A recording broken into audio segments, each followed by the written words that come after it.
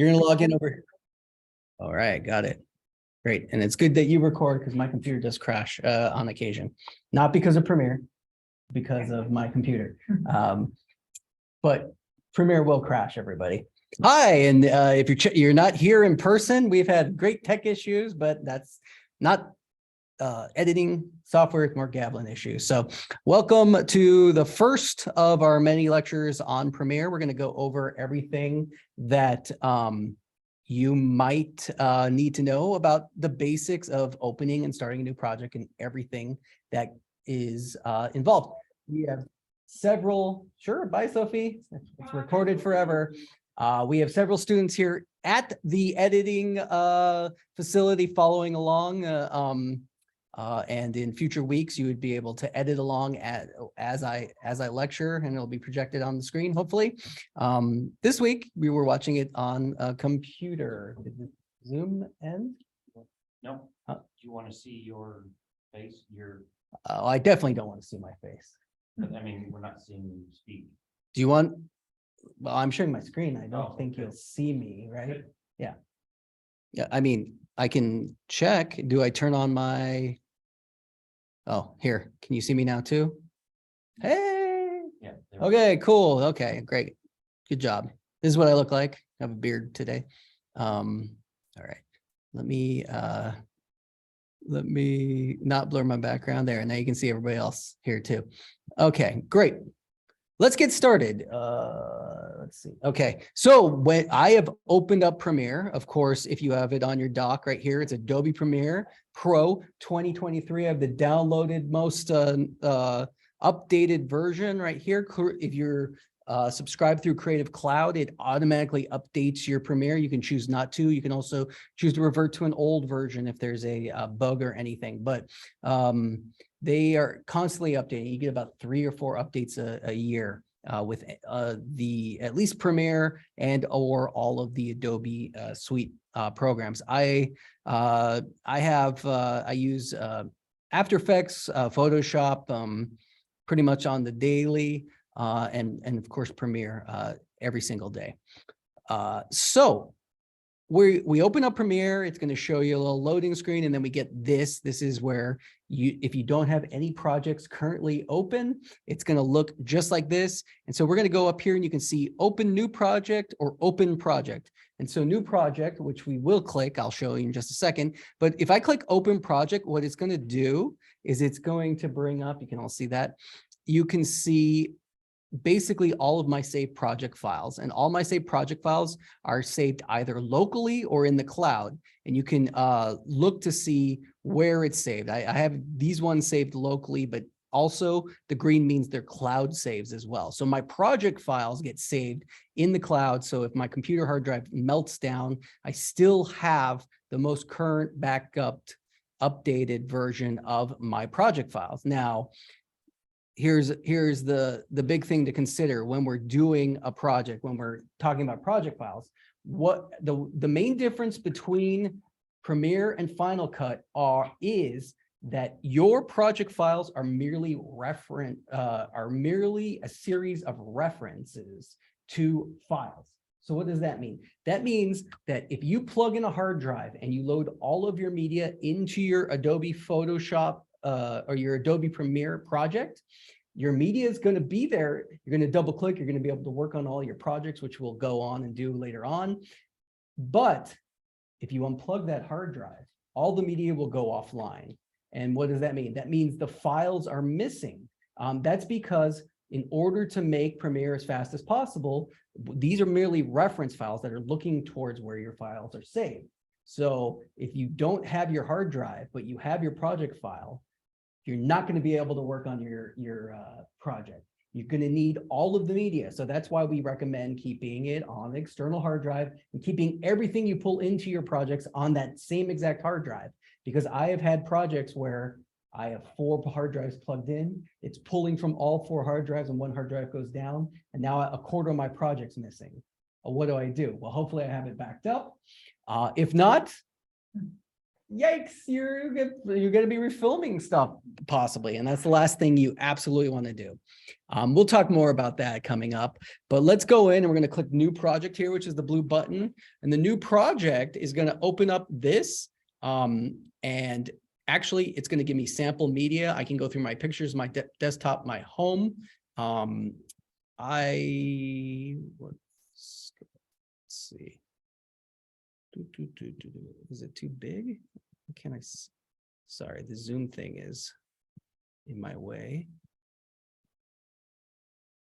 For the Adobe Cloud, is there like a certain capacity for how much you can upload? Is there like a limit? Yeah, you do. You definitely have a limit, but I've never reached the limit. I'm gonna have to look in to tell you exactly what that limit is. It's 100 gigs. Okay, great. So 100 gigs, that's not a lot if you're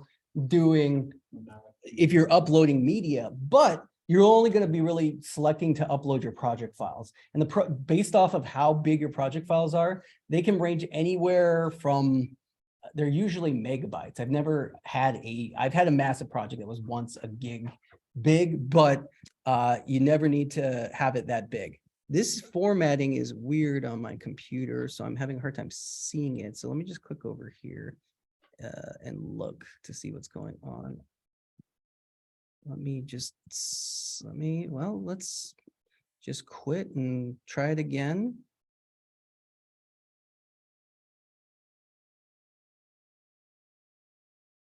Maybe I had the view wrong.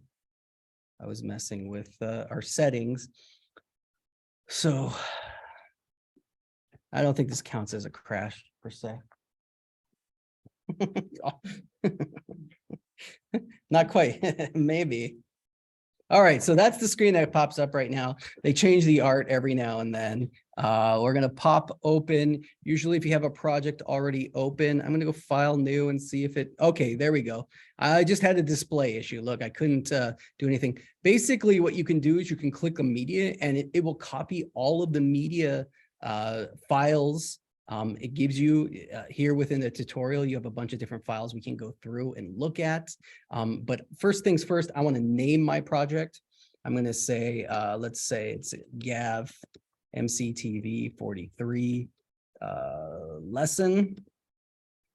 Oops. And what I'm going to do I'm actually going to do dashes instead of spaces, just makes it easier for search. Lesson, I'm going to say 01 and I can either do my default settings. I can do my import settings, which it'll copy.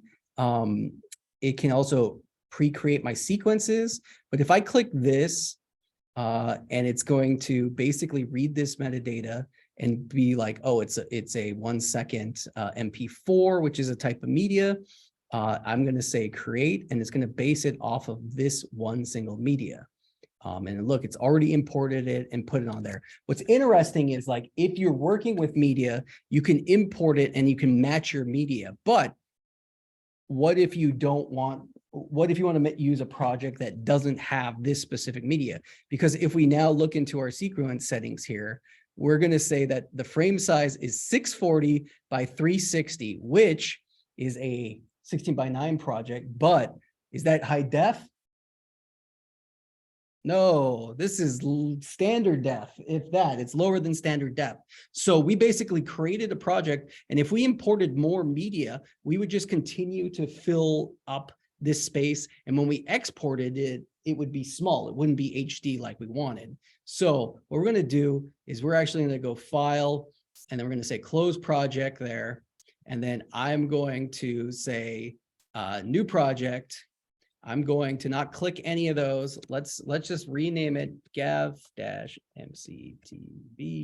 43-lesson-02. And then I'm going to create. It basically defaults me with no presettings. So I can import my media, no problem, and drag and drop it here. And then I'm going to show you how to start. See what are important are called your bins, your sequences. But basically, as we open this up, we're looking at the basics of Premiere. This is bunch of black screens, don't mean anything to you quite yet. but we'll get through it and talk through all of this. So primarily, and what's interesting about Premiere 2 is you can lay out how this looks, and we'll talk more about that in a second, but this is my basic editing layout, which is my preferred preference on a laptop, single screen laptop.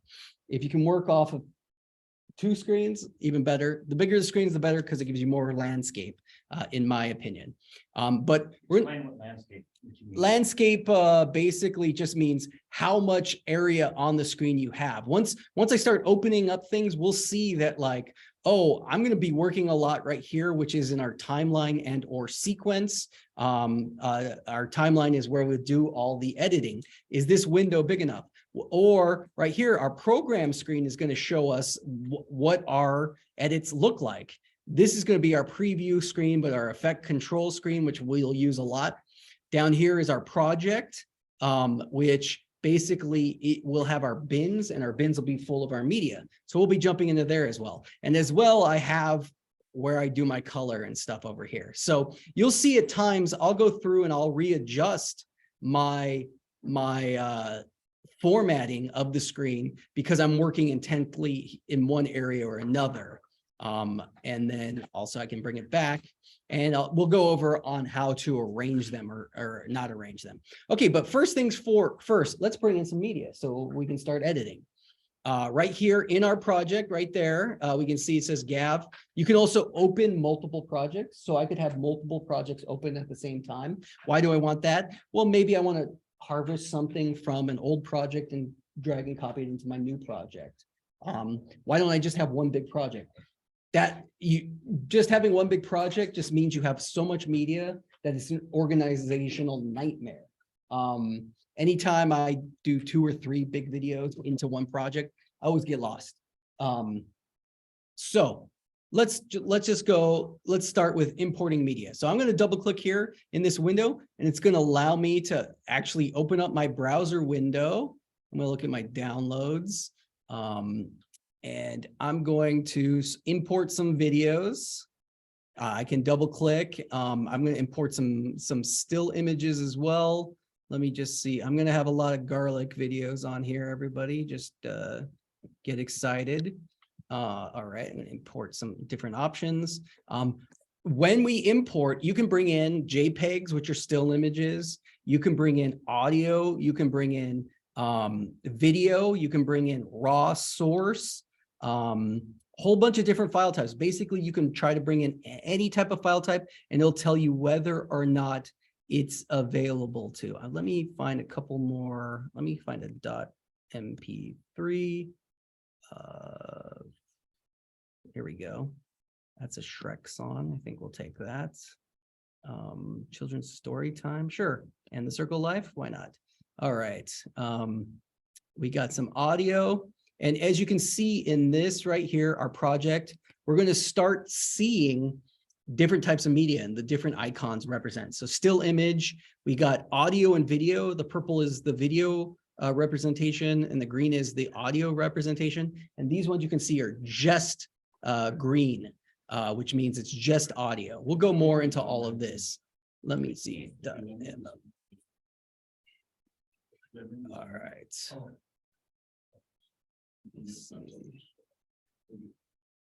right.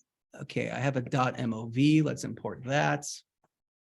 So we're going to import that. Now, like I said, anytime I import it, you can see this one is just a purple, which means it's just video.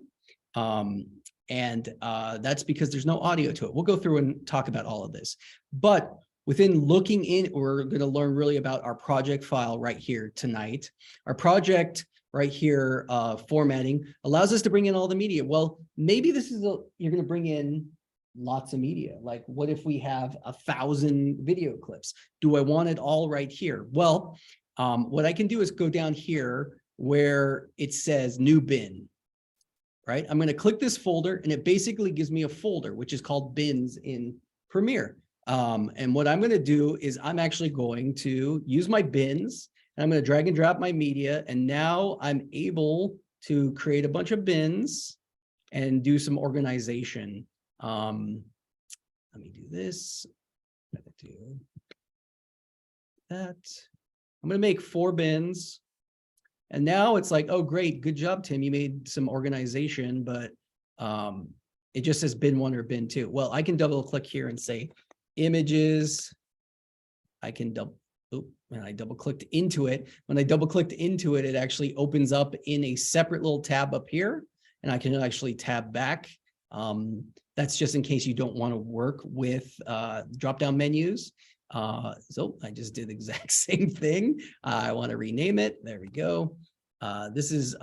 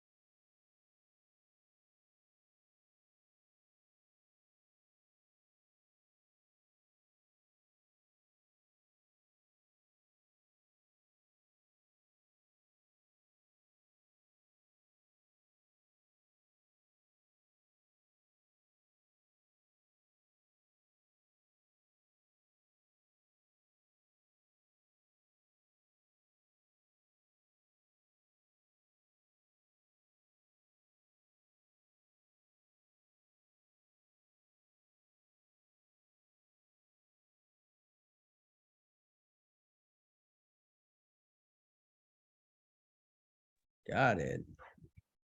So, sorry about the delay, but we're. getting Well, right you're back to muted. it. You're muted, or I guess you can hear it through my Yeah, audio, I right? didn't have a- All right, cool. Yep, we're back. Sorry, my whole computer crashed, not just Premiere. So we'll see how much of that first project was saved. Probably nothing, because I hadn't gone through the save So, elements yet. for- Let's share our screen. Do my desktop. So for Final Cut, every keystroke is saved, but if you edit in Premiere, you gotta learn to do, what is it? It's Command S is your All the time. save, but we'll talk about auto saves and all You that can stuff. set it up. As we can see, though, my computer crashed and we did get some auto saves in here. My default settings are set to auto save any of my project files every 5 minutes. So I'm going to click here and open up lesson 2, and let's see how much it's saved. Yeah, pretty good. We got nothing. None of my media came in. So we didn't get a save in that amount of time. No big deal. We'll re-import, which gives me an opportunity, actually, everyone, to, okay, I said I double clicked here in this window, but there's more than one way to skin a cat with Premiere. Another way I like to do it is drag and drop method. So what I can do is I can actually click, I could click and drag everything, in fact, but laptop. I'm a mouse editor usually. Okay, look, I can drag and drop stuff from, let's see, what else do we want to bring in? I can drag and drop assets to stupid trackpad. Okay. All right. There we go. We have those, and then let's see, I can search a .mp3. I can do my search to get just music. Let's see what type. Drowsy Chaperone. Let's do some of that. Okay. And then .mov. I'm just searching for media here. I don't want music. I want videos. Movie. All right, and let's find something. News background. Okay. All right. Okay. We're back. We're back to square one. Now, here's a great thing. Command S. Command S is what I'm hitting right now. And I just did an autosave. While we're at it, why don't we just talk about it?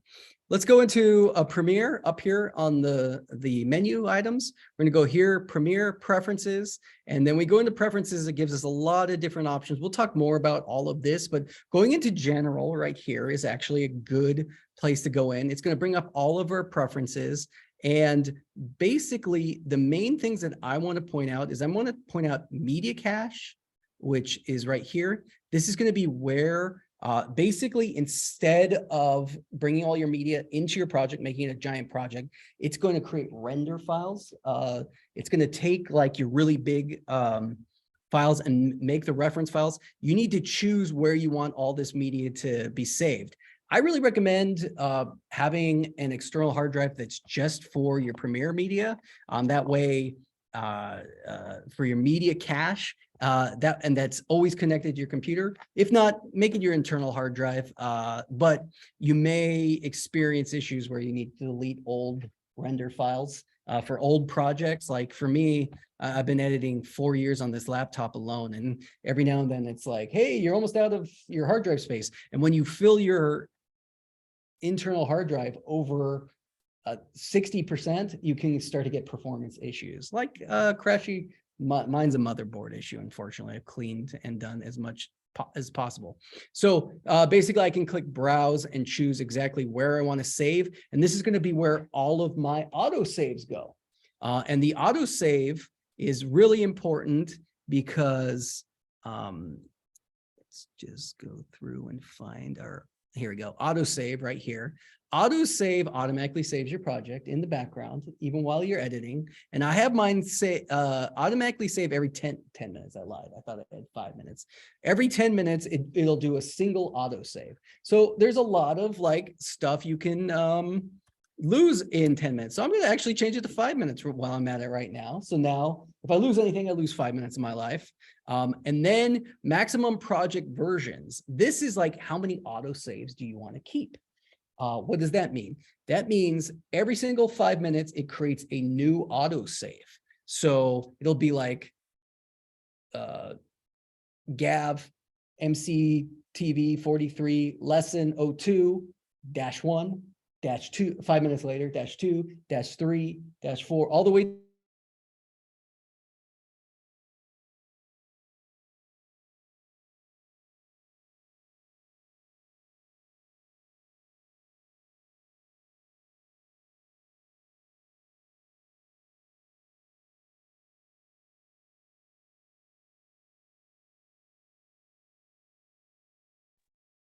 Tim's computer crashed again. Maybe you should use Premiere on mine. Yeah, why don't we do that?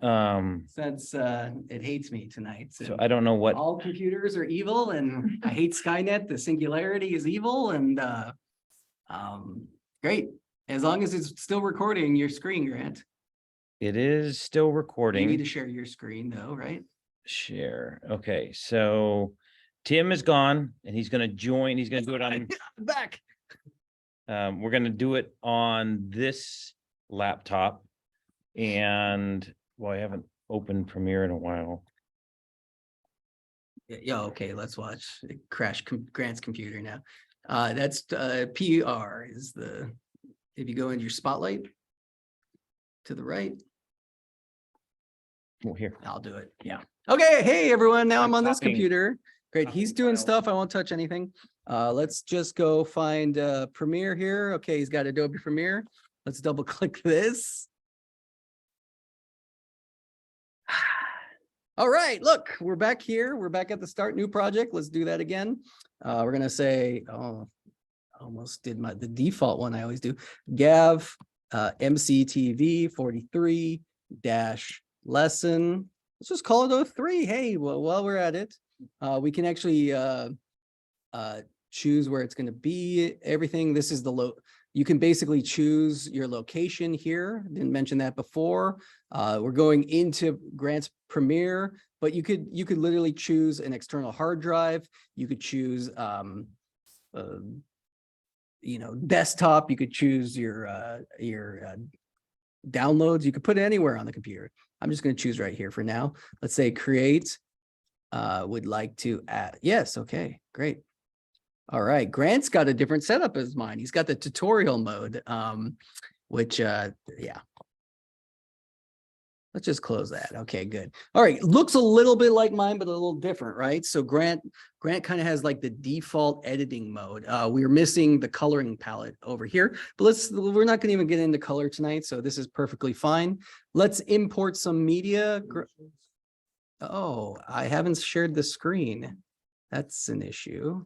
So I haven't recorded any of that. It's just me looking at the computer. Pretty great tonight, guys. All right. Okay. Hey, back at it. Okay. All right. Good. Back in person. Good editing lessons. Pretty good. All right. Fourth time's the charm. We've opened the project. This is what it looks like now, everybody. Grant's looks a little different. You can see here's my timeline. Here's my project. Here's the preview. Here's the program. And we have audio meters right here. Let's just get to where we're going. And I want to show you how to create an edit at least before everything goes crazy. I'm going to import some media. Grant, you got I Take get everything off the desktop. Great. because I'm copying files as. Yeah, I don't want to do that. Let me see.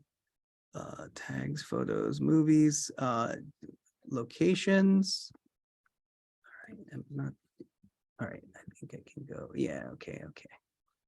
We're gonna go here, and then we need to go to your desktop and 72-hour. Maybe I can pull stuff from that. Sure. What's in there? All right. No. That's the recording or something. Go to the showcase. Okay, showcase is good. All right. Is it called showcase? Yeah. Okay. Showcase stuff.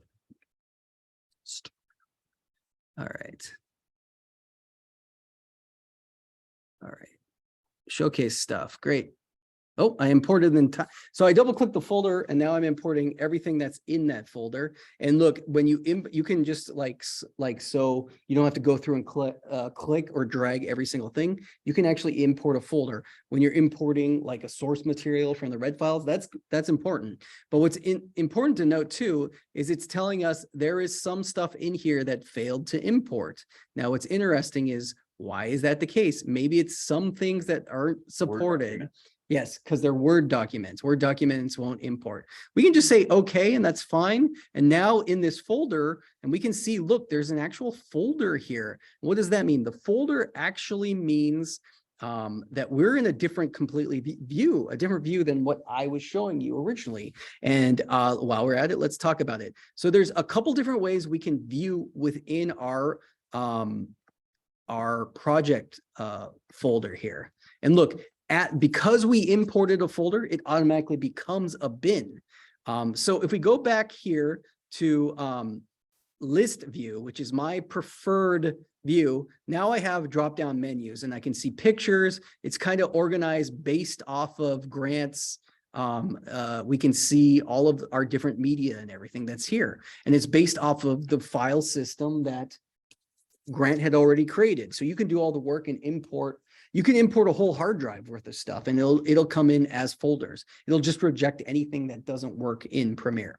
Okay, or we can look right here, which is icon view. Now, icon view is interesting because you can actually like click on the video and kind of scrub to give a preview. Look, I saw myself as Superman. There I am as Superman. Not so super tonight though. Or we can see how this will preview. If we go right here, we can it'll actually give us just kind of views of all of these different parts of videos that make up this showcase, right? So we can actually go through, and some people like to work this way. Let's say you are working in a movie and you have like 8 takes. You can actually scrub through and see like, oh, is this the take I want? Is this the take I want? Personally, I don't use this view, but no shame if you like it. I love to go through here. And then when I want to look at a thing, I double click. And then when I double click, it comes up into my preview. And then I use the preview to scroll through and see, oh, look, it's Christopher Ranch. Or we can scroll here and be like, oh, okay, this is, what's that one called? Grant Atonement? Yeah, no, yeah, you're right. All right. Okay, there's a third view right here too, which is freeform view, which is a lot like Icon. The main difference is it focuses more on media. It knows to showcase less of that stuff, and they become like bins that pop out and become separate tabs up here. I like Icon View because I can look at I can basically open up everything and have access to everything without having to click into a different tab. Also, eventually you can fill up this whole space and you'll like get so many here. Let me show you. I'm going to just open up a ton of tabs.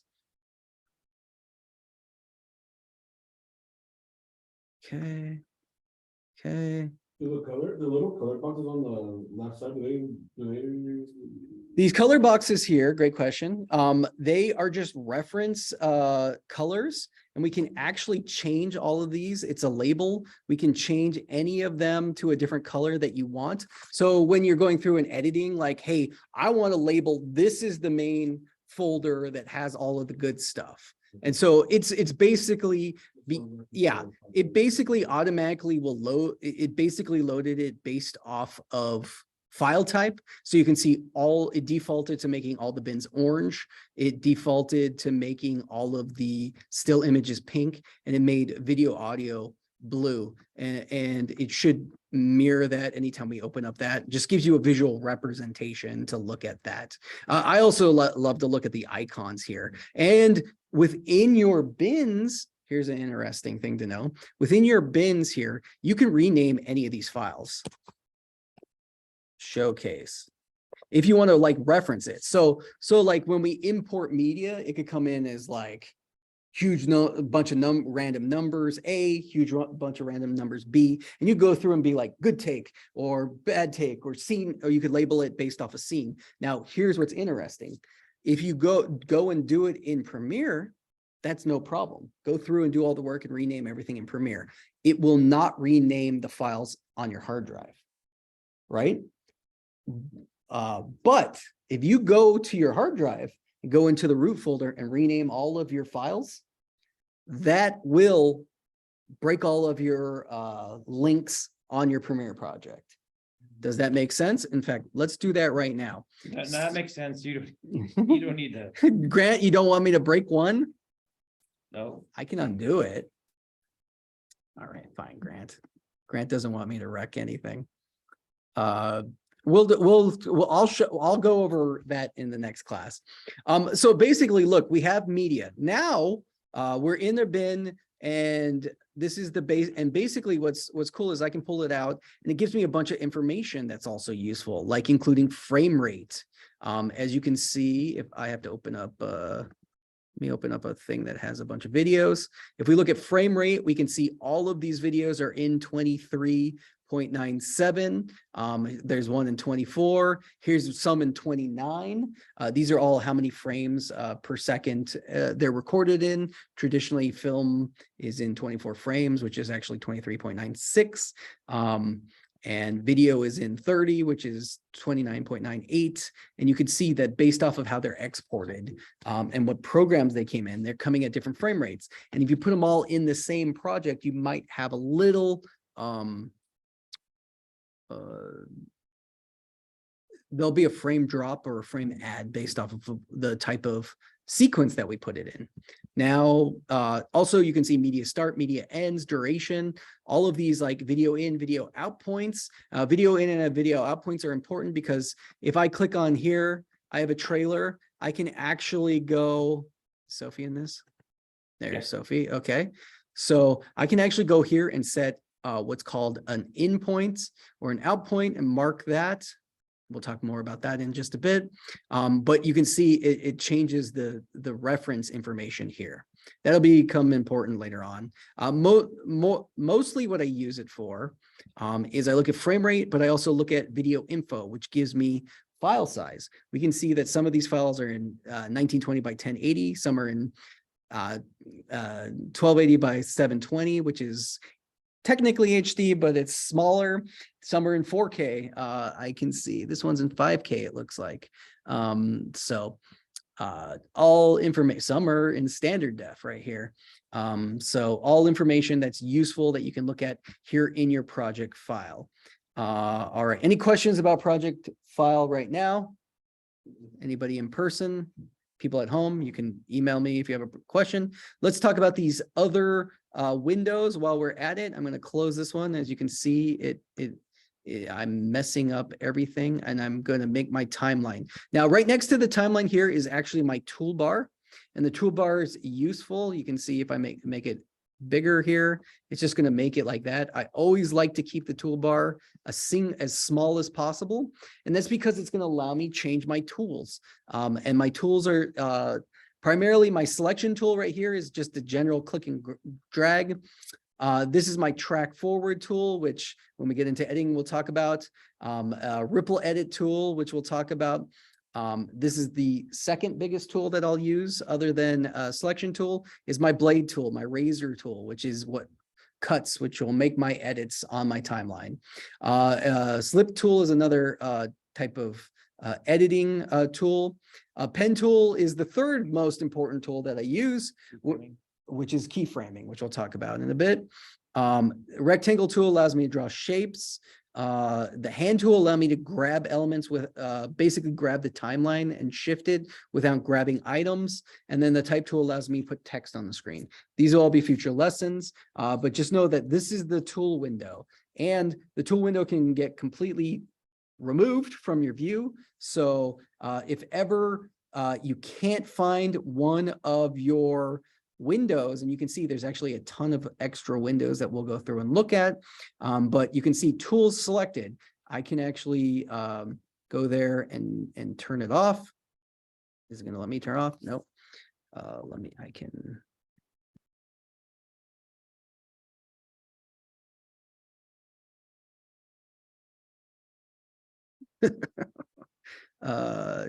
Tilde. I hit a hotkey. I think Grant's hotkeys are set to, okay. You might have your hotkey set to Final Cut. Okay, that's what I see. Okay, so I can close this panel and look, now my toolbar is gone completely. In fact, we could get rid of all these windows if we wanted, but basically you definitely need tools. So I just reopened it. It's going to format to how it was originally formatted, and I'm going to put it like that. All right. We talked about project, we talked about tools. Let's talk about our sequence, our timeline. This is the one, probably the most important one. Our sequence or our timeline actually is where the sequence goes, and we haven't made a sequence yet. So in our project, I'm actually going to go here. I'm going to go File, New, Sequence, and the new sequence is going to ask me what type of sequence do you want, and it's going to be based off of our media. So what we can go through is like, there's a whole bunch of different options here, and all these options are different codecs. So the different codec is how the different type of video is being processed. So what I can do is I can actually go in here and know, okay, I'm working with red and I'm working with 5K.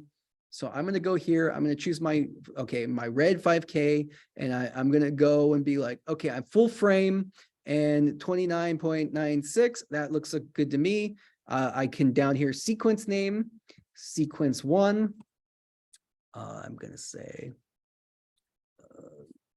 Gav lesson. All right. I can say okay. And now I have what has a sequence. You can notice that it's got a different icon. It actually looks like a bunch of layers, video and editing with a cursor bar, or our basically our bar right here, which monitors it. And look, our sequence window already changed. It automatically opened up our sequence here. And we can actually create a whole bunch of sequences if we want to do subsequences. We'll talk more about that. But basically now we have a place to edit video. Now what's interesting is I selected that preset. Now you're going to be like, well, Tim, I don't know what my preset needs to be. I don't know what my media is brought in. Let's bring in a media and see what happens. So first way I'm going to show you how to bring in a media is I'm just going to drag and drop. I can drag and drop my media into here, and it's automatically going to the first time you drag and drop a media into your project, it's going to say this clip mismatch warning. This clip does not match the sequence's settings. Change sequence to match the clip's settings. This is a decision. Do you want the first clip you pull in? Do you want to work off of that clip's original media, or do you want to work off of what you preset it? Now, if I say keep existing settings, basically what ends up happening is I have a 5K workspace here, but we can see, in fact, let's choose a lighter frame. We can see that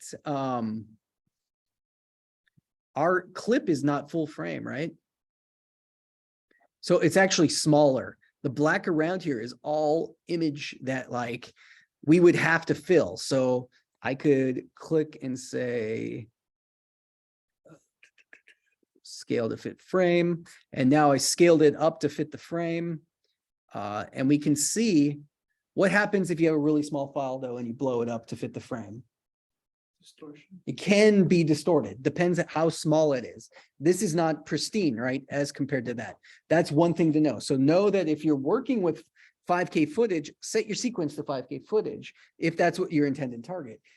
For me, sometimes I shoot in 4K, but I know that I'm editing for a HD 1920. So I'll do the HD 1920, and then I'm able to shrink my 4K footage to fit in that HD footage.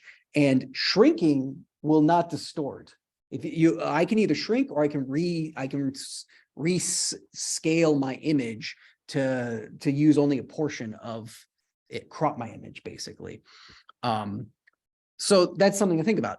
But let's undo this. I'm going to say Command Z, which is going to undo all of my actions. And let's bring in this clip again. Now, again, before we do that, let's look at this clip. We know it's 23.96 frames per second. And this clip right here is a 1920 by 1080. So you can see that it's like 1/5 the size of the whole screen for 5K. But I'm going to click and drag this. I'm going to click and drag it again. It's going to prompt me again. And this time I'm going to say change sequence settings. Now we can see what happens is all of the sequence settings are now matching this clip's default settings. So what's interesting about that is I can go in and now if I pull in this showcase onto the timeline and I look over here, look, this one doesn't fit fully because if I look here, this is 1280 by 720. So that one's going to have to scale up. And if I bring in a 5K clip into this sequence, it is actually like improperly cropped, right? Now it's too big. Well, that's not a problem because we can go into our window. It looks like it's not even set up. I'm going to turn on my effect controls. Effect controls right here are some elements of what ways we can adjust our video. So for atonement right here, I'm going to actually click over here onto my motion, and I have position and scale. Those are going to be two important ones that we're going to go over a lot next week. But scale is basically, I can make it smaller or I can make it bigger, right? I can blow it up or blow it down. Blow it down, Grant. Or what I did this time, I also control clicked or right clicked, and then I went down to scale to frame size. So that it's a dark one. Oh, why did because I messed it up over here. All right, let me undo all that. All right, let's pull it back in. And I'm going to go scale to frame size. And now it's dark, but it fits within our frame size there. Widescreen. It's widescreen, so there will be black bars on the top and the bottom. It's a dark one. But we can see here too, is we can go here and we can say exactly the same scene scale. Let's see, it's widescreen as well compared. So it made it bigger. Questions about this? Nope. Okay. So did you notice that as I bring in more clips onto our timeline, it's not asking me that question anymore, right?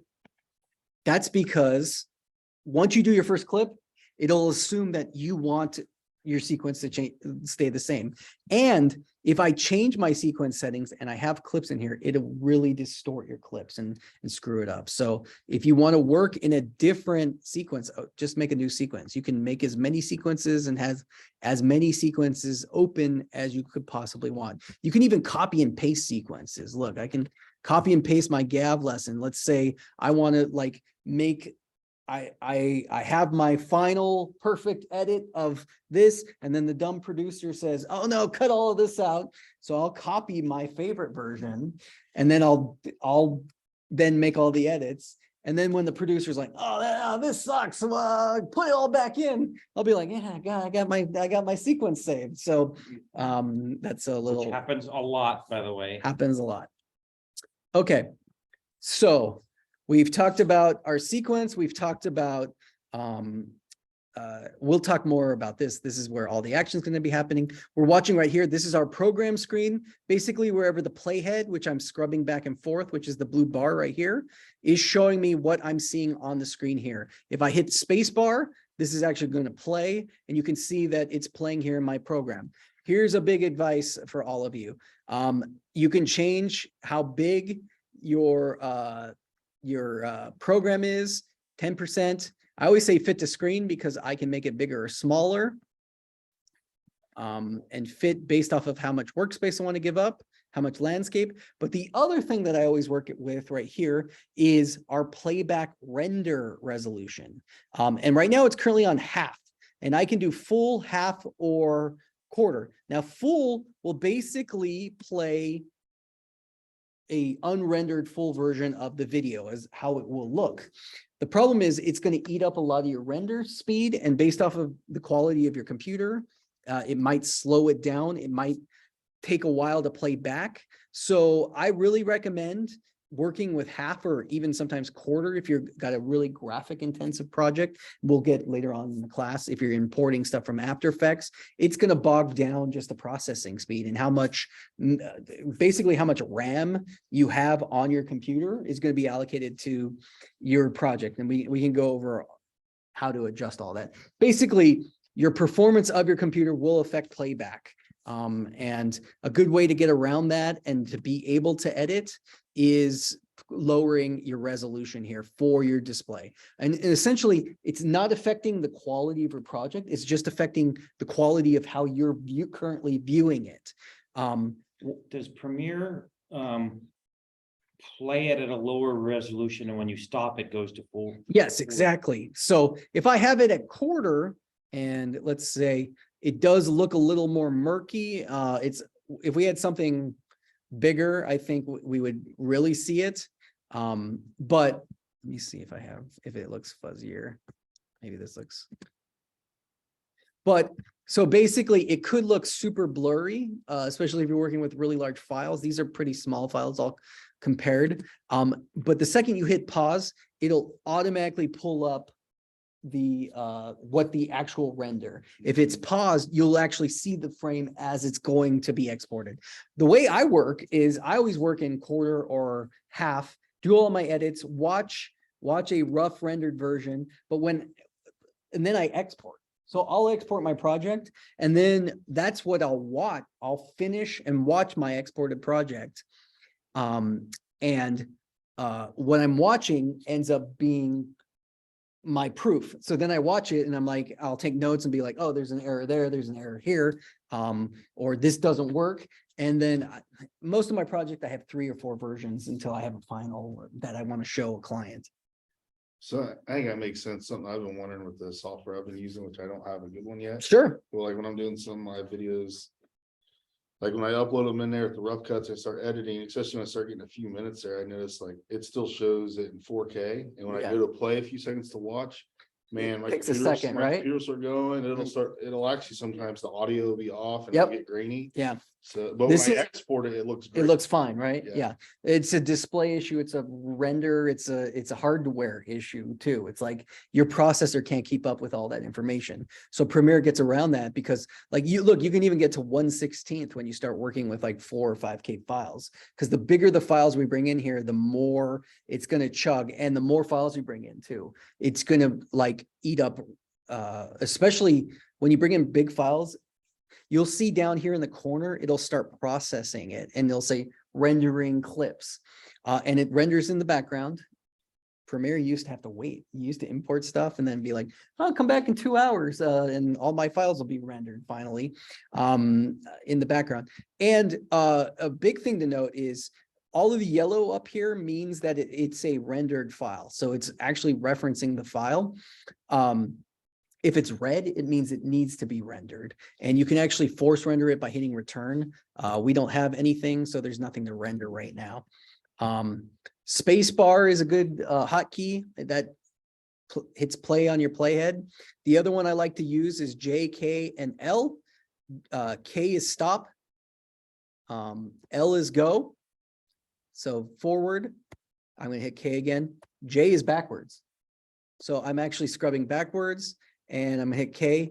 And what's fun too about this is I can hit L, it'll play at normal speed, but the more times I hit L, the more it'll like fast forward. Basically, it's 2K. Also, that works the same with J.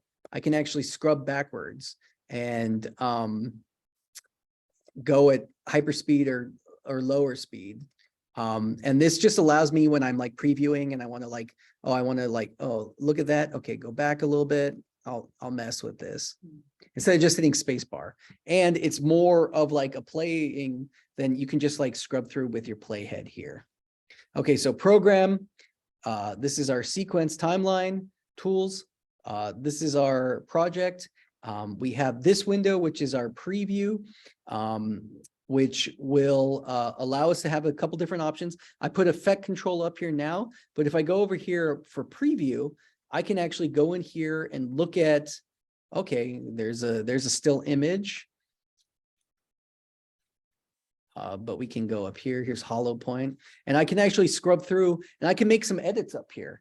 Let's say I want this part, and we're going to start working with what's called an in and out point. So these icons right here are mark in and mark out. Also, the other way to do it is a hotkey on your controls, which is I and O, in and out. So the in is going to be, and you can see I hit the in point and it automatically made a mark here, and basically everything gray over here says that's going to go if you drag just this element of this clip. Now, I set an in. If I don't set an out, it automatically assumes I want everything up until the end. But let's scrub through and find the out. You know what? Let's find a better endpoint. Is this the one? Oh, there we go. Perfect. Set an endpoint here. And we just want Grant, right? Did you get killed in this one, Grant? Yeah. Yeah. How many times have I been killed by my students? Okay, so now we have this clip. Now, what I want to do is I want to put it on my timeline. A couple different ways. So number one, if I click on the video and drag, it's going to bring the clip as audio and video. And as you can see on my timeline, it's going to allow me to drag and drop it onto here. So I'm going to drag and drop it onto my timeline. Now, the thing I did not note here is we can see that on the sequence, V1 represents video, A1 represents audio, and we can see that our audio is synced. As I dragged it in, it remains synced there. And our audio and video can actually be on our sequence and be synced. So if I click and drag my video, it's going to click and drag anywhere and drag the audio. Well, what if I don't want it synced? Well, we have a tool right here, which is our linked selection tool. It's highlighted. I can currently turn that. If I click my video now, look, I'm clicking my video without my audio, which is going to do what? It's going to make it out of sync. And it actually has displayed that this clip of video is 38 seconds and 21 frames out of sync from its original audio. Why would you want to do that? I don't know. Maybe we're just trying to get rid of it. Or I can just like get rid of the, I just want the video. I don't want the audio. But so that's turning on link selection. Sometimes if you get in there and you're like, hey, everything's not moving together, or I don't want everything to move together, it's your link selection. The other good tool to look at is your snap in timeline. Now what snap is when I click and drag my files, they're automatically going to try to go to my cursor head or go to the end of the last clip. If I turn that off, it's actually going to allow me to drag and drop it anywhere. What does that mean? If I drag and drop it onto this other clip it's on, I'm basically deleting everything under it and I'm creating an edit. So by dragging and dropping this clip, we're going to go from, all right, let's edit Miss Piggy here. And we're going to take the clip of Grant. And just by dragging and dropping it there, if we hit play, we'll see that we created an edit. We'll go from Piggy to Grant. And look, Grant's clip is much bigger than here. So let's go ahead and we're going to scale to frame size. Okay. So now we can look at our edit. And if we can actually make it bigger, you can actually see all these lines. I can actually drag up. And if we drag up the video, we can actually see it's going to display what's the exact first frame of the clip. Some people like this. I absolutely hate it. Like, I find it more distracting. I look at this and this is how I know it. I do like to drag down my audio though, because I like looking at the waveforms, and the waveforms allow me to adjust volume up or volume down. We'll do a whole audio day where we talk about how to do that. What's also interesting is basically we're doing a linear edit, which well, it's non-linear editing, Tim, though. But what we're doing is we're basically using only one level of video to edit. But Tim, why do we have video 2 or 3? Well, this allows us to stack images on top of each other. So maybe instead of deleting the stuff underneath, I want to just stack another clip onto the next layer. Now, but when we stack things on top, what happens? What happens is whatever is on top becomes dominant. So we can see Grant, we have basically created another edit, a non-destructive edit. And basically the playhead is playing whatever's on top. Why would we want to do that? Well, we could layer a bunch of videos. We could change their aspect ratio and do like a Brady Bunch thing where there's a whole bunch of videos and different things. We could change the opacity of the clips so that they're transposed over each transposed. Yeah. Transposed over each other. Tell And them the difference seeing between video and audio though. video and audio. The main difference is with audio is going to be layered rather than one that's dominant. So what's going to happen is if I put 10 layers of audio, they're all going to play at the same time and be a cacophony of sound. Instead of video is always going to be dominant. Whatever's on top and whatever's full frame is going to go over everything. And we're going to use multiple layers when we start putting in fonts, and we're going to put stuff. And there's actually a style of editing called checkerboard editing, where you alternate your clips. It's just a visual representation. So a time when I do a checkerboard a lot is like when we do games. Like we're going to film the basketball game next week, next Friday. And I might have the wide camera 1, that runs the whole time.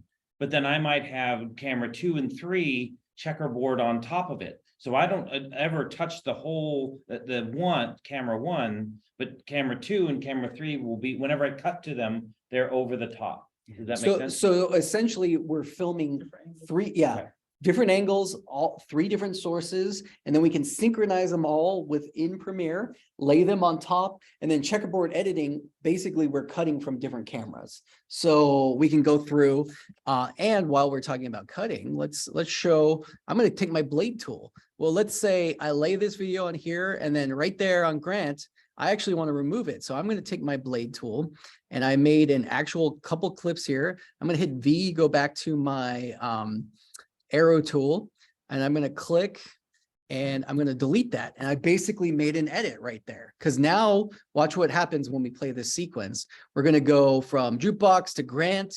All right, Grant, we're gonna get visually to our edit here. Boom, cut to, looks like a hollow point also, going back to there. And essentially that's a one way we can make an edit.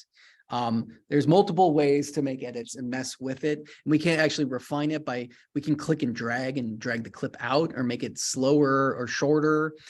We can copy and paste the clips. Boom, boom, boom. If we want to like boom, boom, boom, boom, boom, do that type of stuff. We'll go through all of this. We're just going to continually learn more and more. But so preview allows us to see this, but also I have effect control, which really is once I get through and pull all my clips, this is all I'm messing with now is like, do I want to make the clip bigger or smaller? Its position is we can actually go and, recompose our shot, especially if we shot in a much bigger thing. We can make it an all eye shot or whatever. The problem too is like, if we go and we keep scaling, obviously we're now 1000%. And what was this shot in versus what our timeline is? I'm trying to get to Grant's eye. Sorry, Grant. Yeah, thanks. But look, it's blurry and out of focus, right? Even if we hit play and look, we're seeing the 0.25%, that's going to be not something we would want to project ever or see really, but that's 1000% of what it is. So are we ever going to scale that much? No, probably not. I'm going to just undo all that.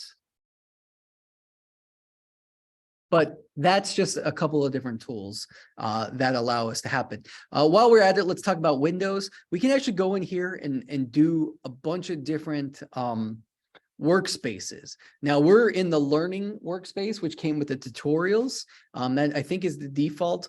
Personally, you're going to see editing looks more like this. This is kind of more my favorite layup. This is a traditional edit. And I actually end up adding a window. Let's see if I added my Lumetri color window right here, which this is what my normal workspace looks like.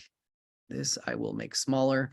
Also interesting, let's hit play. We can notice right here, this is our audio monitors. Our audio monitors are visual representation of the volume. You want the volume to be somewhere around here, which I think if I make it wider, yeah, there we go. You want it in between -12 and -6.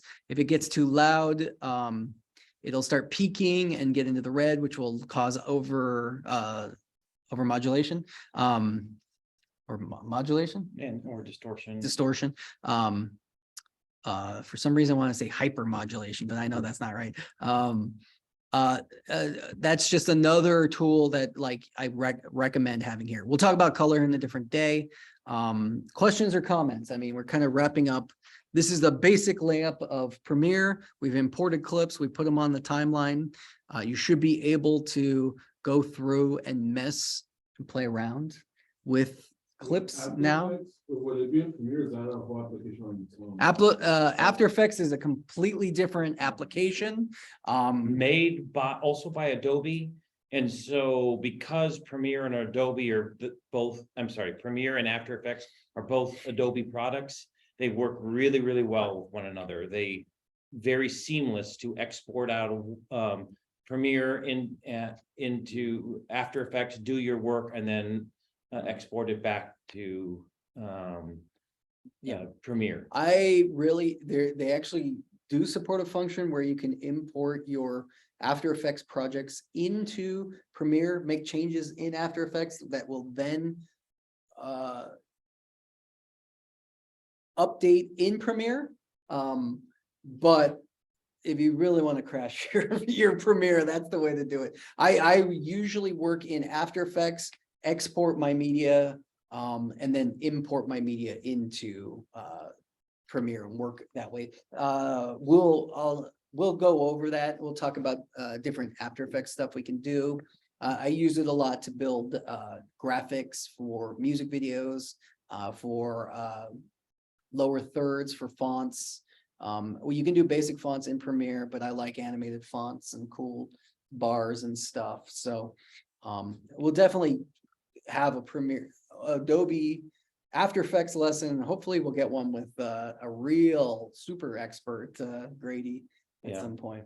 Grady might come to do an After Effects And then we might have Renan come do DaVinci Resolve for color. Major color.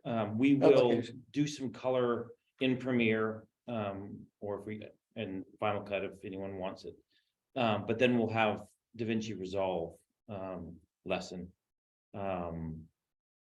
As well, because DaVinci Resolve is a free program that it's the professional industry standard for And color. next, we'll work to make sure that all the computers are functional next week and the projector works next week. If that's not the case, we'll alert you all so that you're welcome to come and join us like this, or if you prefer to just not make the trek. These computers will be going, well, I'm gonna say that we have to have at least 6. Yeah. Because it takes a while for him to do each one, but the main thing is that all we need is the password. And I don't, it must have changed, I don't know. Yeah, I mean, that was what it used to be, so. Yeah. So, but we'll make sure that happens. Any other questions about Premiere before we stop the? I'm happy to show anything that doesn't make sense. I'm happy to show. Projects can jump from Premiere to Premiere, no problems, right? Like, say I'm working on my project in here, I put it on my hard drive going, when it popped on my computer. No issue. As long as you have the same version of Okay. Premiere. So a newer version, an older version of Premiere can be readable on a new version, but it's not backwards Makes compatible. sense. But if you have Adobe Cloud, it shouldn't be an issue at all. So that's the only thing. That's the same. Well, it used to be the That's same. okay. with Final Cut. So. Yeah, he is going to, Eric's gonna put the newest version of Premiere on here, so. Come on in. So sorry to interrupt you guys. So I was looking around and I've been looking for an expo marker. You guys think the only class is open? Do you? A what? Yeah, Expo, yeah, sure, come take one. I'll bring it back. I'm so sorry. No No worries, problem. but should I stop the recorder? Yeah, might as well. Hey, any questions or comments, feel free to reach out during the week. I'm happy, just play around, okay? I forgot I was being recorded, so, probably touched my nose like 1,000 times. That's what I end up doing, so. All right, thank you all. Hopefully see you next week.